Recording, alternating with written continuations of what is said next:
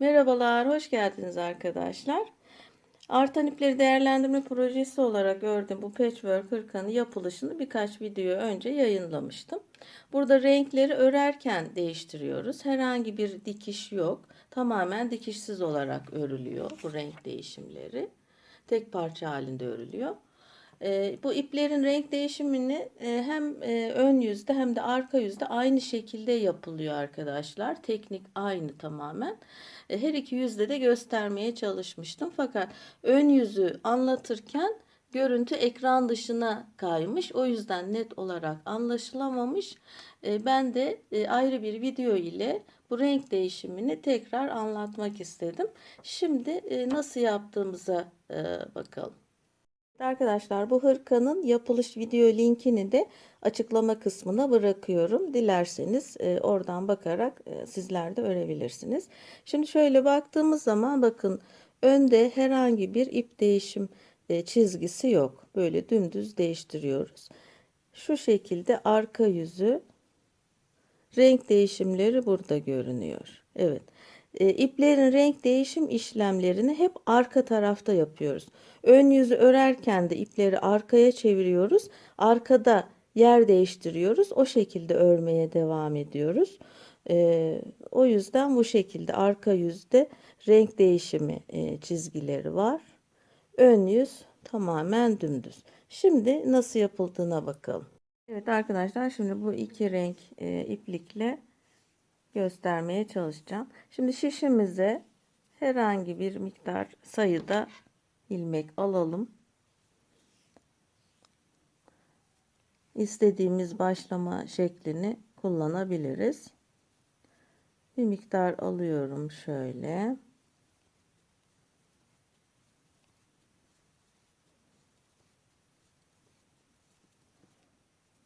Evet. Şimdi bu şekilde aldım. Diğer ipime geçiyorum.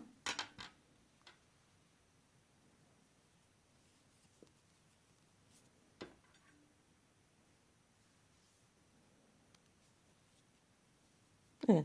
Örgüyü tek renkle başlayıp yukarıda da ip renk değişimine geçebilirsiniz.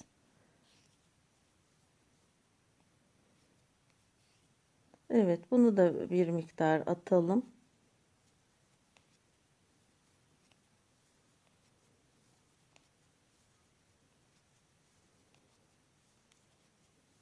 Evet, bu şekilde başladık diyelim.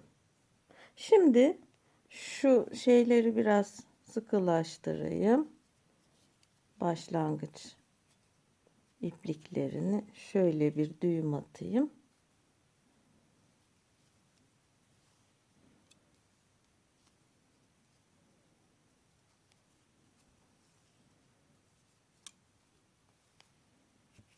Ve iplikleri keselim ki herhangi bir karışıklığa yol açmasın. Evet, başlangıç ipliklerini kestim. Şimdi örgümüzün burası ön yüzü arkadaşlar, bakın. Şurası arka yüzü. Şimdi arka yüzden başlıyorum. Haroşa öreceğim. İstediğiniz modeli uygulayabilirsiniz. Haroşa, düz fark etmez. Ben hırkayı haroşa ördüğüm için şimdi haroşa gösteriyorum. Evet. Şimdi normal ben böyle tersten örüyorum haroşayı. Her sırasını böyle tersten örüyorum. Evet. Renk değişimine kadar normal örgümüzü örelim arkadaşlar.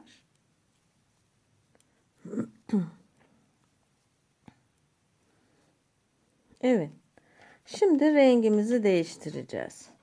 Şimdi burada bu rengi bırakıp şöyle bu rengi bırakıp şununla böyle örmeye devam edersek bu iki parça birbirinden ayrı iki parça olarak örülmeye devam eder. O şekilde yapmıyoruz. Şimdi şişimi buraya takıyorum. Sonra şu ördüğüm ipimi şuraya alıyorum. Bakın üstten, bu ip altta. Bu ip altta. Bunu bu tarafa alıyorum.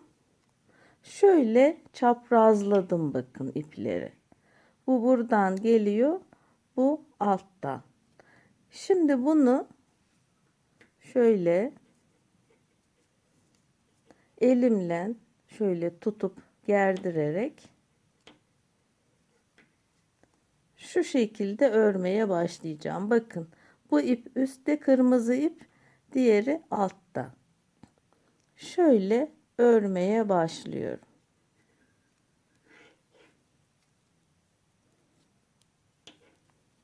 Evet. Bakın bu ipi şu ilmeğin arasına almış olduk böylelikle. Orada bir birleşim sağlandı. Sıra sonuna kadar gelelim. Burası dediğim gibi örgünün arka yüzü. Şimdi evet bitirdik. Ön yüze geçeceğiz. Şunu tekrar sıkılaştırayım. Bakın burada araya girdi iplik. Şimdi ön yüze dönelim.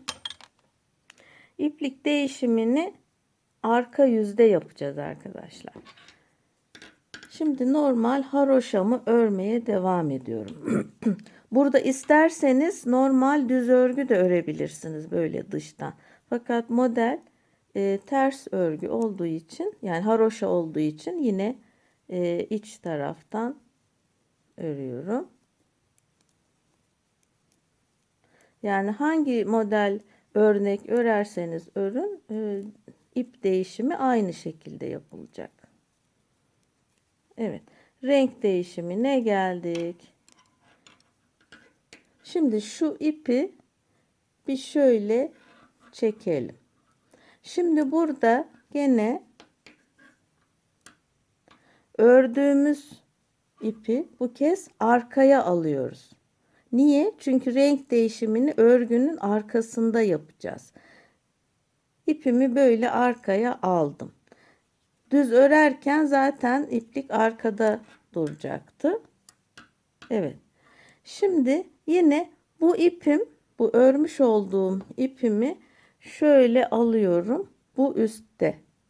Bu ip üstte. Diğer ip altta. Şöyle yani arkadan bakın. Bu ipi şu tarafa aldım. Üstte, bu ip onun altında. Evet. Bu şekilde yer değişimi yaptım. Şimdi tersten öreceğim için ipi öne geçiriyorum. Ve şu elimle de bu ipi tutuyorum. Şöyle tersten örüyorum.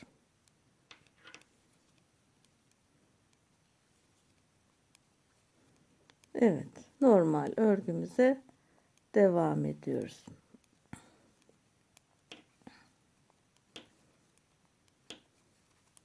Evet, şimdi bakalım. Şu ipi sıkılaştırayım şöyle. Bakın burada birleşti, görüyor musunuz? Arka tarafına bakalım. Arkadan da böyle ipler iç içe geçti.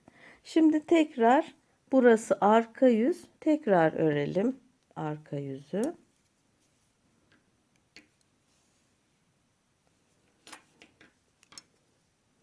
Evet. Renk değişimi yerine kadar örüyorum. Şöyle hızlanayım biraz. Evet, geldik. Şimdi ne yapıyorduk? Bu ördüğüm ipi üstte kalacak şekilde bu tarafa alıyorum. Yeni başlayacağım tarafın ipi altta, onu da bu tarafa alıyorum. Yani şu kırmızı ipi araya almış oluyorum. Şu elimle de şöyle tutayım. Şöyle bakın. Buradan örmeye devam ediyorum. İpi bakın araya alıyoruz. Şöyle ilmeğin arasına alıyoruz. Evet. Sıra sonuna kadar örelim.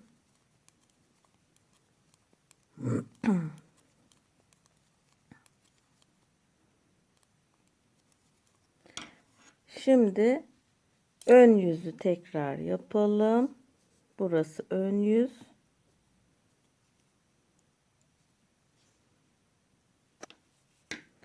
Evet.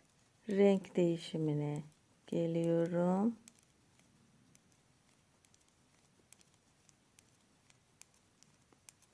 Bu şekilde. Evet. Şimdi tekrar yapalım arkadaşlar. Bakın. Şimdi renk değiştireceğim. Bu ipliği önce şöyle bir arkaya alıyorum. Arkaya aldım. Sonra bu ipi şu tarafa alıyorum. Sonra bu ipi buraya alıyorum. Bakın, bu ip üstte, bu altta. Böyle. Sonra önden öreceğim için bu ipi bu tarafa alıyorum. Normal düz örgü örseydim böyle örmeye devam edecektim. Şöyle aldım, haroşa ördüğüm için.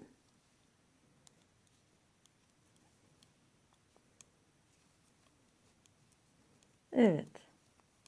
Dümdüz örüyoruz.